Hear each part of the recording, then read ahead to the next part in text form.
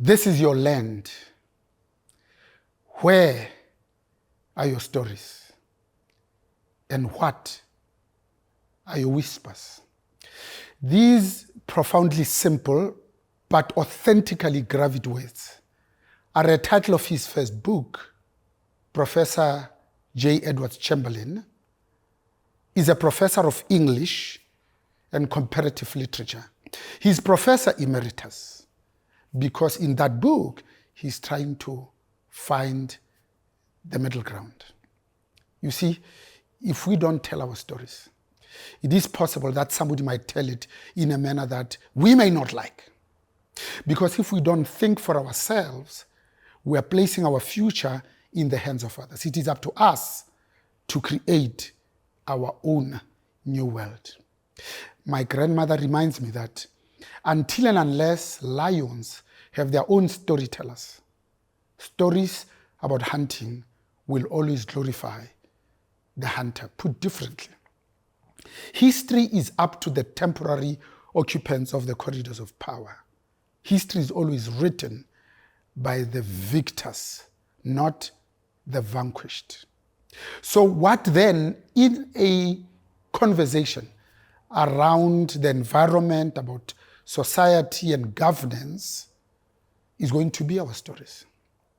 May I suggest that we need to puncture some inflated fallacies.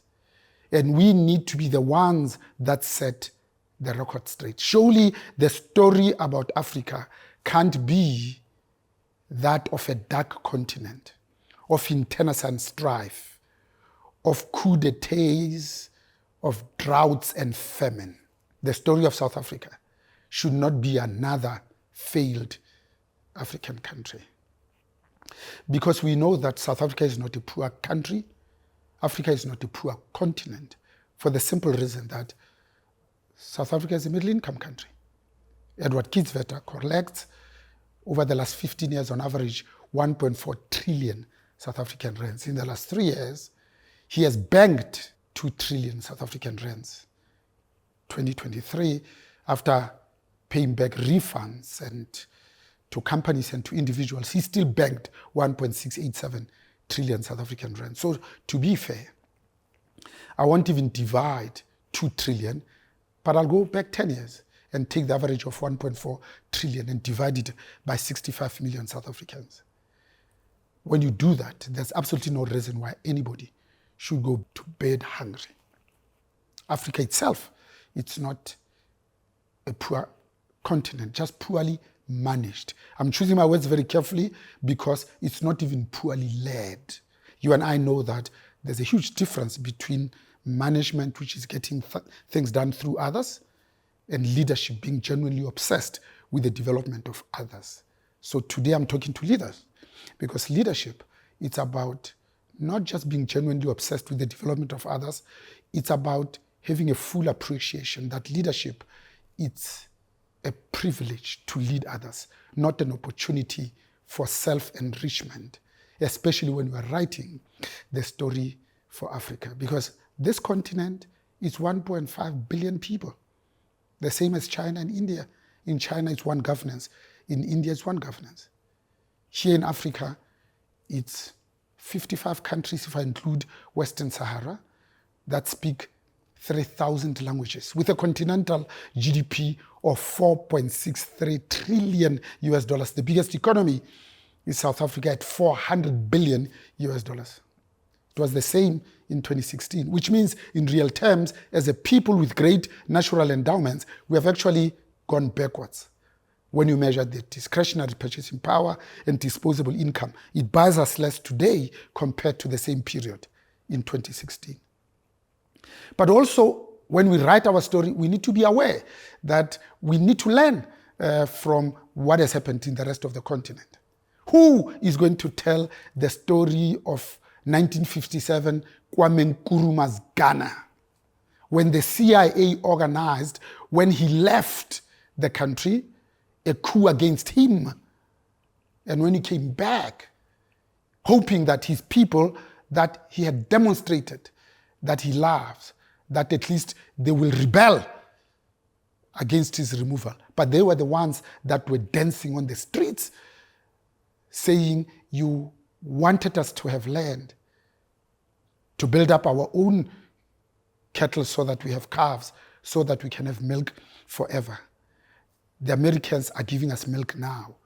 Your story was going to take us so much long, and it is so much hard work. Who's going to tell the story of Dr. Biki S.V. Minyuku, who was the CEO of the Truth and Reconciliation Commission that was chaired by another Archbishop Emeritus, Mpilo Desmond Tutu? 400 people did not qualify for amnesty. 31 years into democracy, not a single successful prosecution. The same way that we put our own Zondo Commission in place.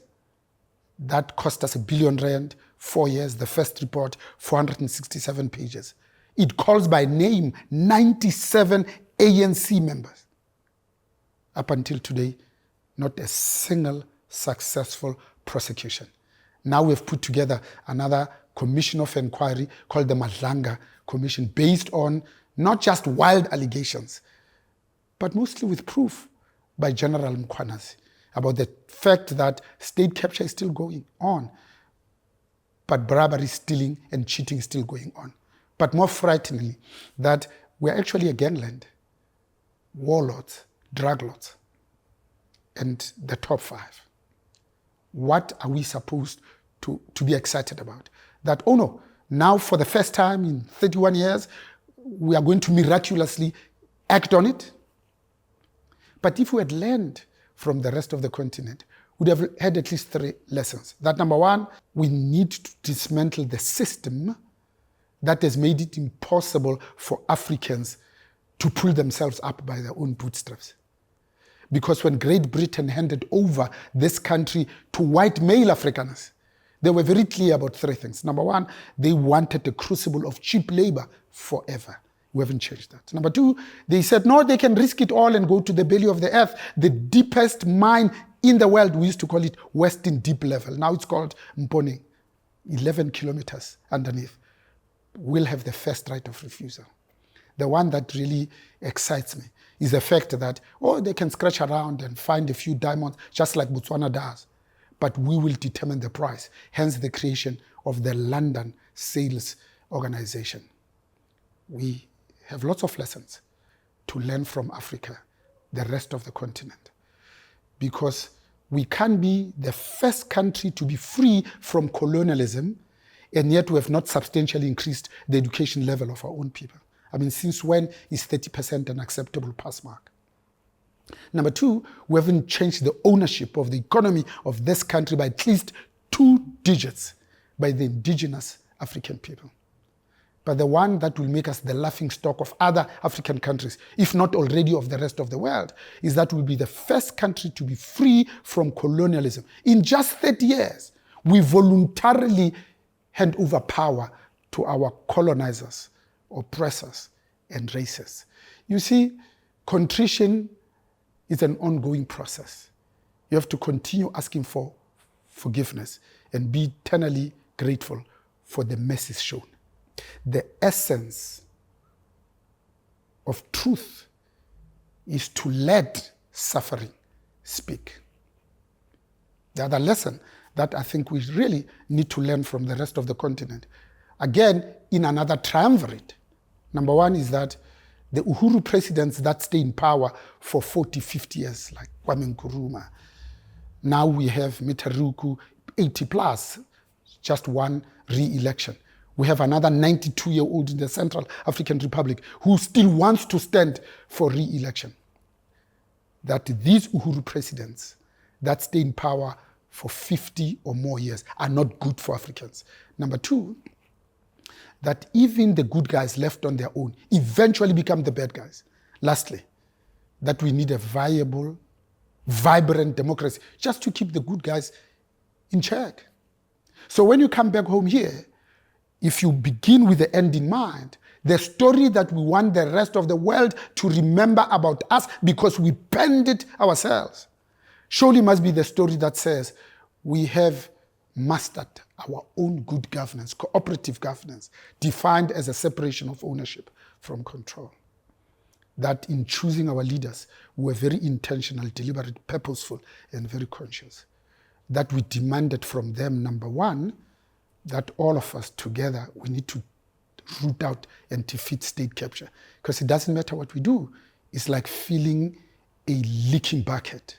When we have lost in 5 years 1.5 trillion South African rands, in the 9 wasted years, we're siphoning off on average 200 billion per annum just to the 2 Zupta families. Number two, we need to implement and complete the unfinished work of transformation so that this economy is broadly reflective of the demographics. In South Africa, there's 65 million of us. 52.5% of them are women, and yet women representation in positions of leadership is less than 24%. African women, less than 4%. And yet we know that when you put a smartphone in the hands of a woman, not only does the nutrition, the health, and education of their own children improve, but the entire society and the community from which they come. If COVID was anything to go by, of the 198 countries infected and affected by COVID-19, 8 of them dealt better with the pandemic than all others put together, and all 8 of them had women as head of state, including New Zealand and its 5 million people. The biggest economy in the European Union, Germany, of Angela Merkel. But also if you look at the Scandinavian and Nordic countries, when you add one more country, they dealt better with this COVID than others. Therefore, when we tell our own story, we need to go to the third and say, we demand ethical leadership because ethics is what you do when no one is watching. The fourth is to demand good governance, because good governance is defined in the Companies Act, is defined in now King 5 report. It gives us the handrails and the guardrails that we need, because good governance does not steal from the mouths of the babies, the sick and the dying, like we saw people who call themselves our leaders do with PPE at the moment of our greatest need. The penultimate one is service delivery, because that's the job description of somebody who chooses to be a public servant. It's contained in chapter 194 of our constitution, because our constitution is the best in the world, not because of what's contained in the main body of the constitution, but of what is contained in the one pager called the preamble, that rests on 3 pillars: constitutional democracy, social justice, and fundamental human rights. And the last one, of course, is law and order, safety and security. Because without law and order, safety and security, who are we and what are we? I mean, South Africans are not safe walking on the streets, which I can almost understand because they're exposed. But they are not safe sleeping in their own homes, which is their castle, their sanctuary. Because the contact crimes are the ones that are going up exponentially higher. Therefore, when we tell our own story, we should negate the expectations of our detractors that we are now occupying the world records for all the wrong reasons. We are the most unequal country in the world. 2010, we took over from Brazil with a Gini coefficient of 0.63. 2, we're the country with the highest unemployment rate in the world at 33%, if you round off the figures. And even that excludes the people that have given up looking for work for the last 36 months. The expanded definition is 42%. But youth unemployment is the one that needs to keep you and I awake at night. Because during the 2 weeks in July of 2021, youth unemployment was 74.9%. I'm amongst family here, 75%. When 8 young people are sitting at home twiddling their thumbs with nothing to do. Not only are we asking for trouble, but we're actively inviting it. 65 million South Africans, 30 million of us live below the poverty datum line. 10 million young people are not in education, employment, and training. 6 million boys have never seen their parents. I never thought that I will live to see the people who are on the top of the food chain, doctors, clinicians, just in the province of Gauteng alone, 800 of them are now unemployed. And yet they've got the title doctors, thereby suffering from mental issues, but also period poverty. How do we ensure that they reclaim their self-worth and their self-respect? Purely and simply because as a country, as a people with great natural endowment, of this 1.4 trillion on average that Edward Kieswetter collects from you and I and companies, 70% of it goes only to three things, leaving nothing to go to infrastructure, spend, and investment. That's why we're going backwards. The first is public sector wage bill, because we are just refusing to cut the cloth to fit the need. Number two, it goes to social security. I mean, we inherited less than 2 million people on social security. Now we wear it like a badge of honor to say 28 million people, whilst we were in charge, are now on social security. 11.5 million of them applied for the social relief of distress grant during the epidemic. 14 million applied. How can that be a badge of honor? But also with the country with the highest SME failure rate in the world. As an acronym for small, medium enterprise. I leave out micro because that survival is hand to mouth. Because we are part of BRICS now, BRICS Plus, all the countries in the BRIC nations, new jobs created by SMEs are north of 60%. Here, south of 15 percentage points. I mean, it takes only 2 hours to start a new business in Singapore. Here, 3 years. It would have cost you 350,000 rand later just to comply. In Singapore, you use the 350,000 to buy goods and services. But also we are the country with the highest GBVF rate in the world. Not by a factor of 2, but 5 times the global average. Allow me to challenge you with an anecdote or two. Chinua Achebe is a poet and an author. He's the one who gave us that amazing book, Turning Around the Gaia. The center can all hold, things fall apart. He says he is a fool, he who treats his own brother worse than a stranger.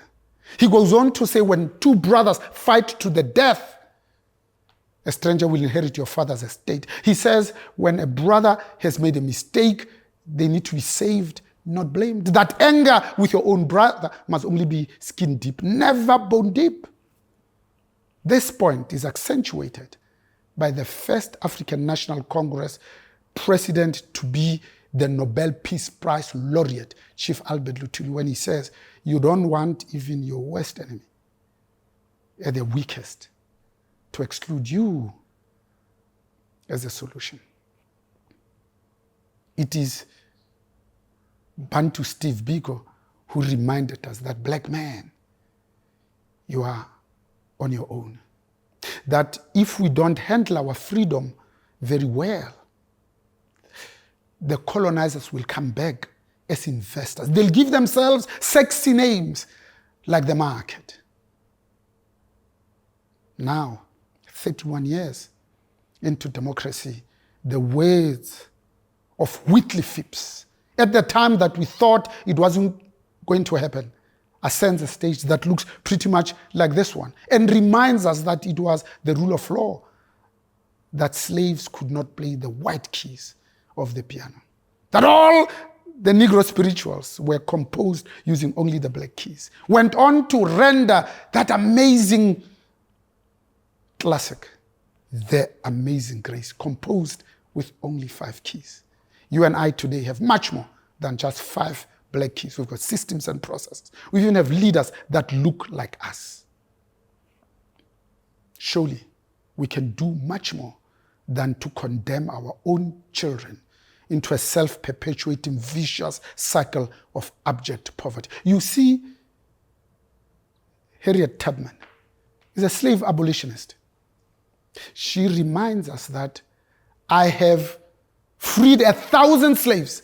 I could have freed 1,000 more, only if they knew that they were slaves.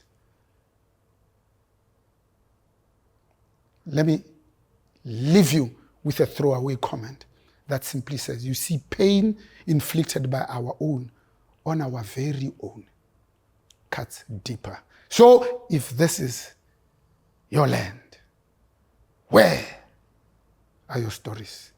My name is Bonang Mohale. Thank you very much. I would have loved to have been there in person.